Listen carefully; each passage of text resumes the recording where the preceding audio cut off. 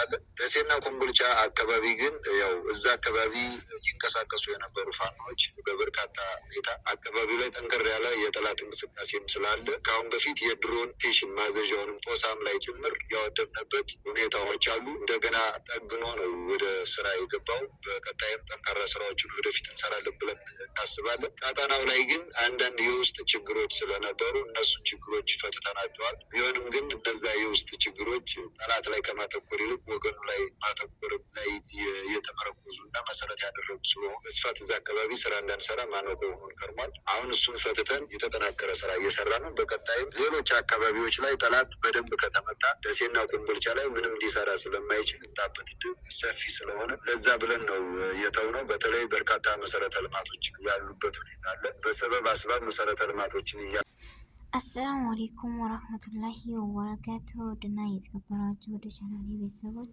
እንዴት ናችሁ? ላይ ሰላም ናችሁ ወይ? ከኔ ጋር አልሐምዱሊላህ። እንዲሁም ክርስቲያኖች ወንድሞቼ ሰላም ብያለሁ።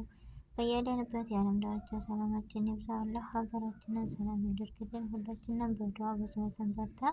ለቤት አዲስ የሆናችሁ ሰብስክራይብ ማድረጋችሁን እንዳትረሱ። እንዲሁም ነባር ቤተሰቦች ስለምታበረታቱ ላይክ፣ ሼር፣ ኮሜንት እያደረጋችሁ ከልብ አመሰግናለሁ። ዛሬም ነገም ብርታታችሁ አይለኝ እላለሁ እና የዛሬው ቪዲዮአችን ይሄን ይመስል ነበር። ትወዱታላችሁ ብዬ ተስፋ አለኝ።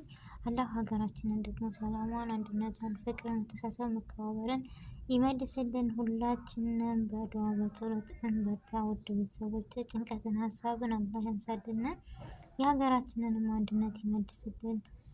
እና የዛሬው ቪዲዮ ይሄን ይመስል ነበር። ሁላችሁንም ከልብ አመሰግናለሁ። አሰላሙ አለይኩም ወራህመቱላሂ ወበረካቱ።